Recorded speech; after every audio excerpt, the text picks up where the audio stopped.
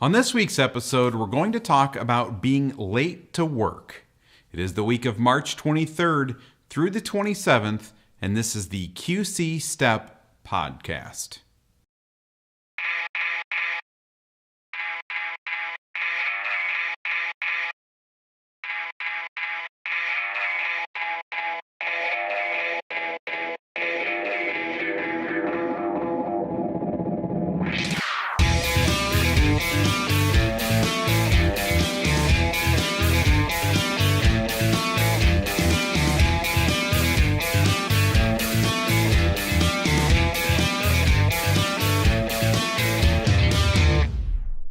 Hi, and welcome to this week's episode of the QC Step Podcast. I'm Corey Finneran. Before we get into the main topic of this week's episode, there's a few things that I wanted to share with you first. If you are wanting to work this spring and summer, now is the time to start applying for positions. Now that the job market is picking back up after the winter, you will start to see the job leads listed on qcstep.com. And in fact, on Monday of this week, I posted some of the job leads and the links to the online applications for those job leads. You can find that right underneath the post for this podcast episode on qcstep.com. If you would like help applying for any of these jobs, you can contact Gary or Carrie through your STEP teacher, or you can email us info@qcstep.com. If you get an interview for a position and you would like to do a practice interview, any of us with the STEP program would be happy to meet with you and help you practice an interview. I'd also suggest clicking on the icon for the interview episodes of our podcast, and I have sorted out all of the episodes on interviewing, so you can look at those and sharpen your interviewing skills. I have one quick tip to give you before we jump into the main topic of this week's episode. This tip has been on my mind because of something that I saw on spring break. I went to Arizona for spring break, and I stopped into a fast food restaurant to eat. And as I was sitting there eating, I noticed a young man sitting behind me that was waiting to be interviewed for a job.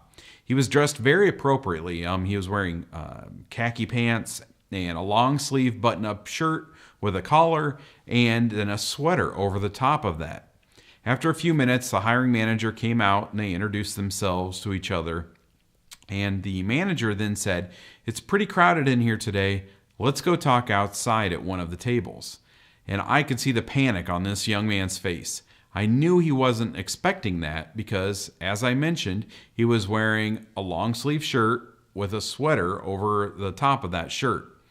Well, what I didn't tell you was that it was 95 degrees in Arizona that day. It was hot, and now he was going to have to go sit outside in the heat for this interview. Now, if he sat out there in the interview and was all sweaty, the manager probably wouldn't hold that against him. However, I would imagine that the more hot and uncomfortable he was, the more distracted he would be in the interview. So this could have a huge impact on how he did in that interview. So the point of the story is that you should dress for the interview, but you should also dress for the weather. We've talked several times here on the podcast that you never really know what you're walking into with any interview. But you can think ahead and dress so that you're prepared for any interview situation, whether it's hot or cold outside. Maybe you're going to be interviewing outside, or maybe you're interviewing in part of the business where it's colder than usual. So that's something to keep in mind when you're doing interviews. And at the Basco, we set a fire to the world we left far behind. All the faces we put away, lost lives float into space. I got a message, I got a sign.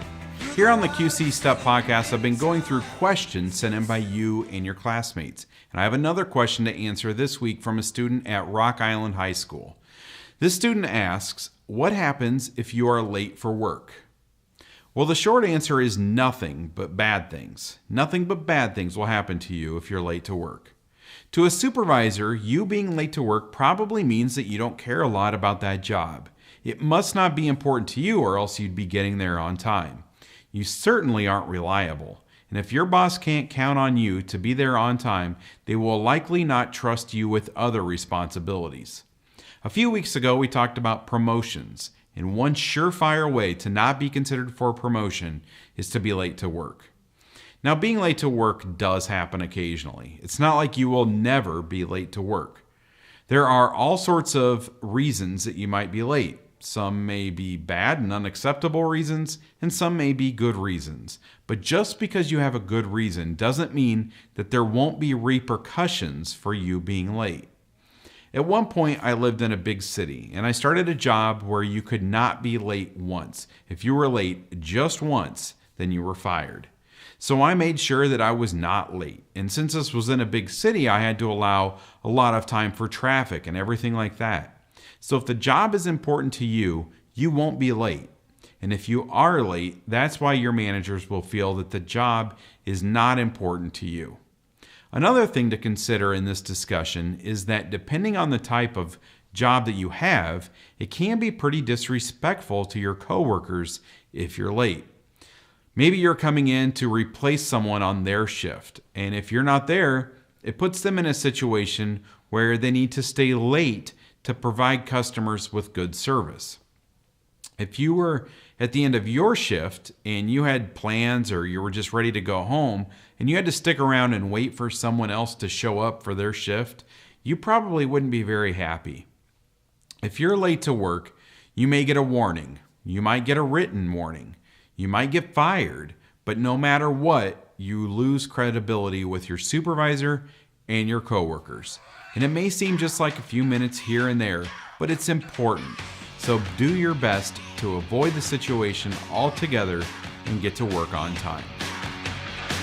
I spend my money on the regular miracles, just like you, like me, like everybody else. Up on the sun, looking sad and beautiful, just like you, like me, like everybody else.